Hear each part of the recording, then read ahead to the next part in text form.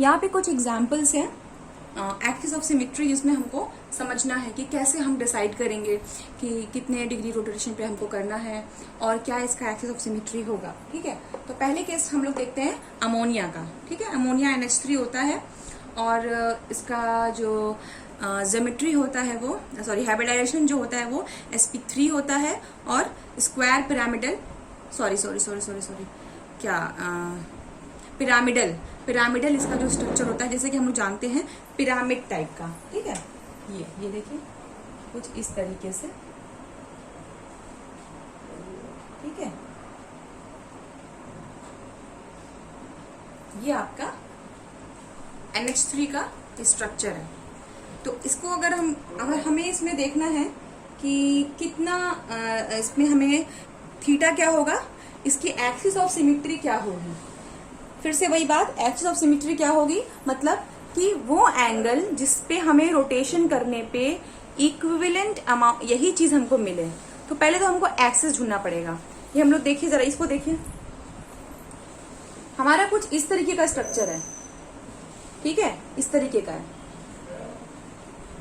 इस तरीके का कुछ स्ट्रक्चर है ये। ठीक है, एक एच इधर है, एक एच इधर है, एक एच इधर है। अगर जरा सा इमेजिन करें तो एक ट्रायंगल फेस इधर है, एक ट्रायंगल फेस इधर है, एक ट्रायंगल फेस पीछे है, इस तरीके से है। ठीक है, अगर हम इसको ऐसे देखें तो आपके सामने फेस करके देखें तो एक इधर है, एक इधर है और एक इधर है। समझ में आ रही है मेरी बात आपको? स्ट्रक्चर जो यहाँ मैंने बनाया है वो कुछ इस तरीके से है, अमोनिया का स्ट्रक्चर इस तरीके से है। लेकिन अगर इसको हम आपको दिखाएं तो ये एक तरह से ऐसा दिख रहा है, ट्रायंगल जैसा दिख रहा है। ठीक है, ये ट्रायंगल जैसा दिख रहा है, मतलब कुछ इस तरीके से दिख रहा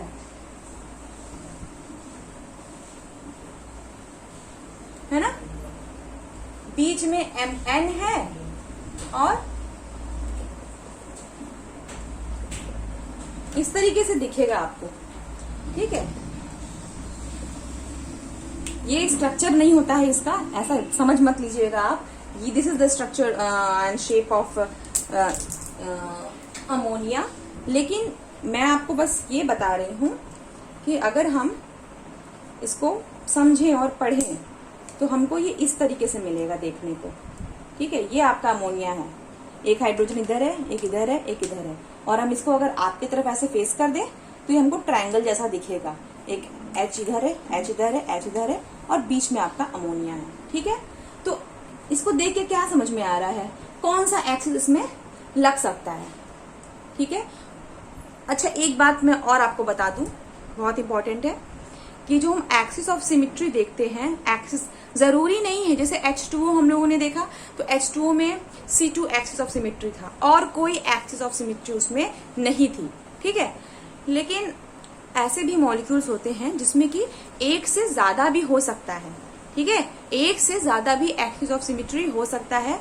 उस केस में हमको देखना होता है कि किसका N वैल्यू ज्यादा है, वो हमारा प्रिंसिपल एक्सिस बन जाता है। जैसे कि अगर किसी मॉलिक्यूल में C4 एक्सिस भी लग रहा है और C2 एक्सिस भी लग रहा है तो उसका प्रिंसिपल एक्सिस कौन सा बनेगा, C4। माने जिसको हमें कंसिडर करना है, जो इंपॉर्टेंट पार्ट है वो कौन सा वाला आएगा, वो C4 वाला आएगा। ठीक है, और जो अदर जितने बनेंगे, जैसे कि C2 जो बन रहा है उसमें वो आपका सब्सिडियरी एक्सिस कहलाएगा। तो what is principal axis of symmetry? Principal axis वो एक्सिस है जिसका N वैल्यू ज्यादा है, CN में N वैल्यू ज्यादा है, उसको हम कहेंगे प्रिंसिपल एक्सिस। ठीक है, तो अब हम एक चीज देखें तो ऐसा देखने में ऐसा लग रहा है कि अगर हम इसको ऐसे रोटेट करें, अगर यहां पे भी देखिए, इसको देखिए, ये है हमारा अमोनिया। ठीक है, इसको देखिए आप, उसको समझ में आएगा नहीं आएगा। ये हमारा अमोनिया है, इस तरीके से दिख रहा है, बिल्कुल ऐसे ही। ये H1 हो गया, ये वाला H2 हो गया, ये पीछे वाला H3 हो गया, ऐसा दिख रहा है हमको। ये अब देखिए आप, अगर इस पे X एक्सिस लगाओगे, ये आपका X एक्सिस है ना, हमने बनाया था यहाँ पे, ये आपका X एक्सिस है, ये ऊपर वाला Z एक्सिस होगा और जो आपके सामने आएगा वो आपका वाई एक्सिस होगा, ठीक है। तो अगर हम इसमें एक्स एक्सिस लगाएंगे तो एक्स एक्सिस में क्या होता है, अप डाउन हो जाता है, ठीक है। मतलब ऐसे देखिए, इस तरीके से अप डाउन हो जाएगा, लेकिन हमको सेम चीज नहीं मिलेगी।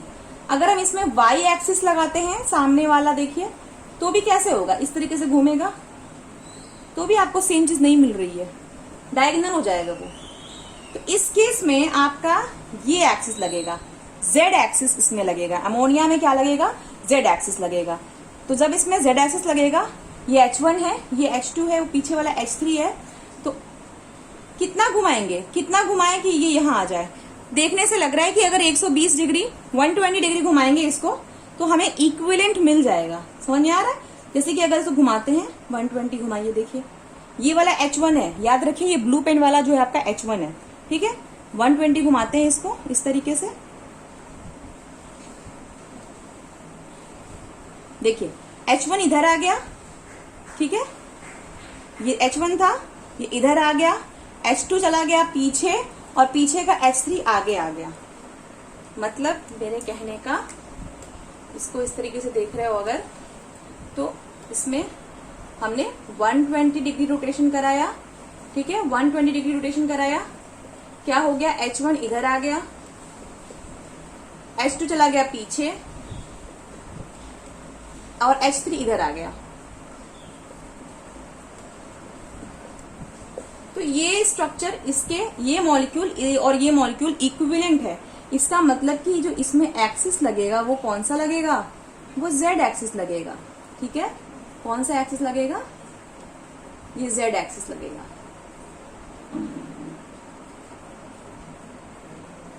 ऐसे वाला, ठीक है।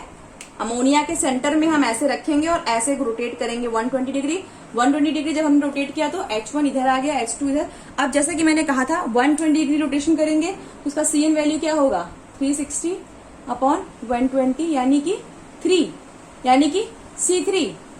तो अमोनिया का एक्सिस ऑफ रोटेशन क्या हो गया, C3 हो गया। और जैसा कि मैंने कहा था, कब तक रोटेशन कराते हैं हम लोग तब तक रोटेशन कराते हैं जब तक हमको आइडेंटिटी ना मिल जाए, सेम उसी पोजीशन के हाइड्रोजन्स ना मिल जाएं। ये जो हमने यहाँ पे लिखा है ये आपका इक्विवेलेंट है, मतलब सेम वैसा ही स्ट्रक्चर ये भी है, बट इसके जो हाइड्रोजन्स हैं वो अपने अपने जगह से अलग हैं। तो अगर हम इसमें ये आपका C3 1 था, फिर से करें अगर C3 सेकेंड रोटेशन करते हैं, सेकेंड में क्या होगा, ये H2 फिर इधर आ जाएगा, देखिए ये H2 इधर आ जाएगा, ये H1 चला जाएगा पीछे, ये H3 आगे आ जाएगा।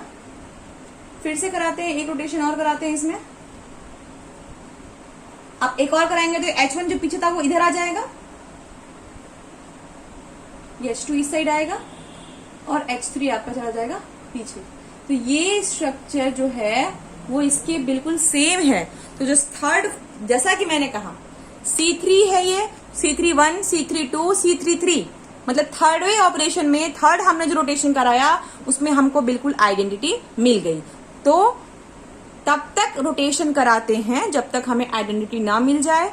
उसका भी आसान तरीका, जो हमारा एक्सिस ऑफ सिमेट्री है उतने ही नंबर टाइम्स ऑफ रोटेशन आपका होगा। हमारा इसमें C3 है, माने कि 3 टाइम्स जाएगा ये, और तब हमको आइडेंटिटी मिल जाएगी। तो इसमें Z एक्सिस है आपका, जो कि एक्सिस ऑफ रोटेशन है, और वो हमने निकाल दिया। डिग्री एंगल कैसे, वो आपको इमेजिन करना पड़ेगा जरा सा कि मॉलिक्यूल का देखने में कैसा लग रहा है, मॉलिक्यूल कैसे हम लोग उसको घुमाएंगे तो हमको वो सेम वाला मिल जाएगा, ठीक है। ऐसी पेन से करके या फिर स्टिक्स को ज्वाइन करके आप लोग इसको घुमा के समझ सकते हो, या फिर पेपर को रोल करके आपस में चिपका लो, तो भी एक अलग अलग कलर करके देखो कि हम उसको रोटेट कर रहे हैं तो किस तरीके से रोटेशन इसमें हो रहा है, ठीक है। नेक्स्ट हमारा देखिए H2O2 है, ठीक है। अब H2O2 भी देखिए कई टाइप के स्ट्रक्चर इसके होते हैं। यहाँ मैंने ट्रांस लिखा है, ये ट्रांस टाइप का है। इस तरीके का अगर लिखती मैं तो ये सिस हो जाता, ठीक है। तो H2O2 के स्ट्रक्चर से डिपेंड करता है कि वो किस तरीके का है, और जैसा स्ट्रक्चर होता है उसी के अकॉर्डिंग हम एक्सिस ऑफ सिमेट्री निकाल सकते हैं। अब इस केस में देखिए ये आपका Z एक्स और Y को समझ में आ रहा है। इस केस में देखिए अगर आप एक्स एक्सिस लगा के इसको रोटेट करोगे, ठीक है, अगर इसमें एक्स करोगे, एक्स एक्सिस का रोटेशन करोगे हम नंबर दे देते हैं समझने के लिए कि रोटेशन हुआ है कि नहीं। तो क्या होगा, इसमें क्या होता है, एक्स वाले में, एक्सिस में अप डाउन हो जाता है ना। क्या हो जाएगा, इसको इमेजिन करिए जरा सा। तो एक इस तरीके से है ये, ठीक है, इस तरीके से है ये और हमारा ये वाला एक्सिस इसको रोटेट करेंगे तो ये ऐसे हो जाएगा, ठीक है।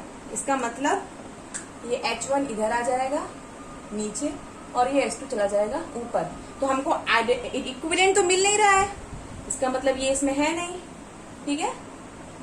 Z एक्सिस देखते हैं, ये आपका Z एक्सिस है, ये बीच से अगर लगाए हम इसको तो ये आपका क्या आएगा, Z एक्सिस।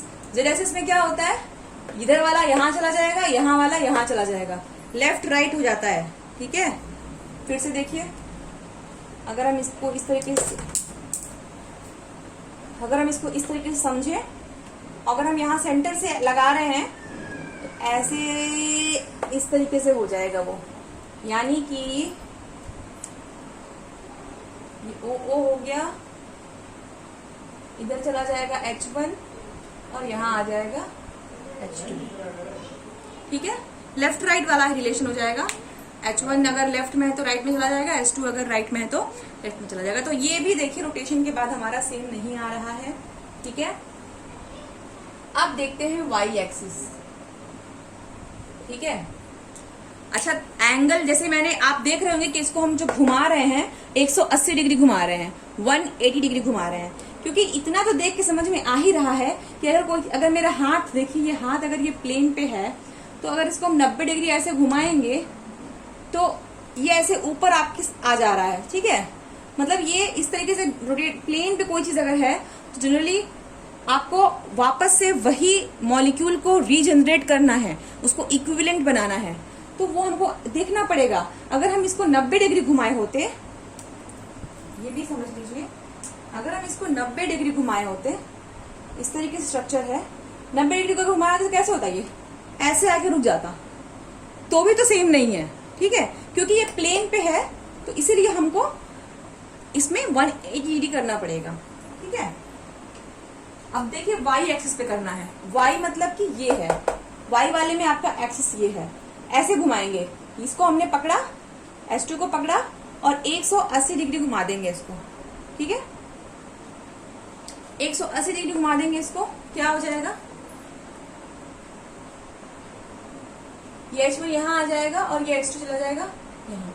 मैंने वैसे भी कहा था कि जो Y एक्सिस पे रोटेशन कराते हैं उसमें डायगोनली इंटरचेंज हो जाता है, जहां H1 था वहां H2 आ गया और जहां H2 था वहां क्या चला गया, H1। तो ये देखिए, ये मतलब इक्विवेलेंट है, जैसे यहाँ हमने देखा वैसा यहाँ पे भी है, केवल नंबरिंग का चेंज है। इसका मतलब कि इस मॉलिक्यूल में हमारा Y एक्सिस प्रेजेंट है और हम रोटेशन 180 डिग्री करा रहे हैं, तो Cn क्या हो जाएगा इस केस में, Cn आपका इसमें 2 हो जाएगा, यानी कि ये C2 है। और जब C2 होता है तो हमें नंबर ऑफ कितना रोटेशन कराना पड़ेगा, 2, C2 1, C2 2, 2 रोटेशन कराएंगे तो हमें आइडेंटिटी मिल जाएगी, तो इसको हम E भी लिख सकते हैं। ये समझ में आ गया। H2O2 का अगर ट्रांस स्ट्रक्चर है तो ट्रांस मॉलिक्यूल जो H2O2 का है उसमें Y एक्सिस ऑफ रोटेशन है, माने ये फ्रंट वाला, आपके साइड वाला, ठीक है।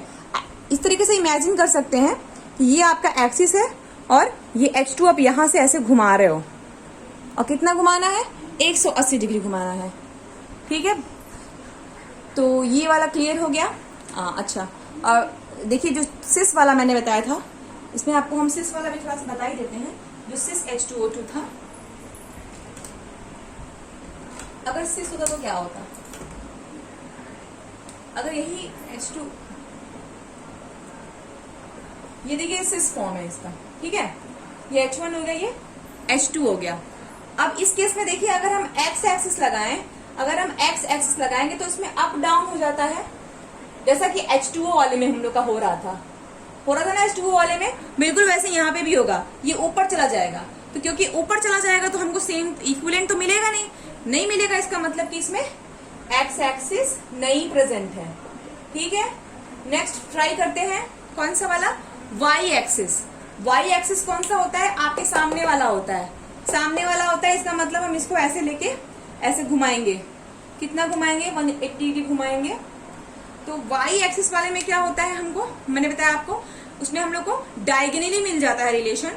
इसका मतलब ये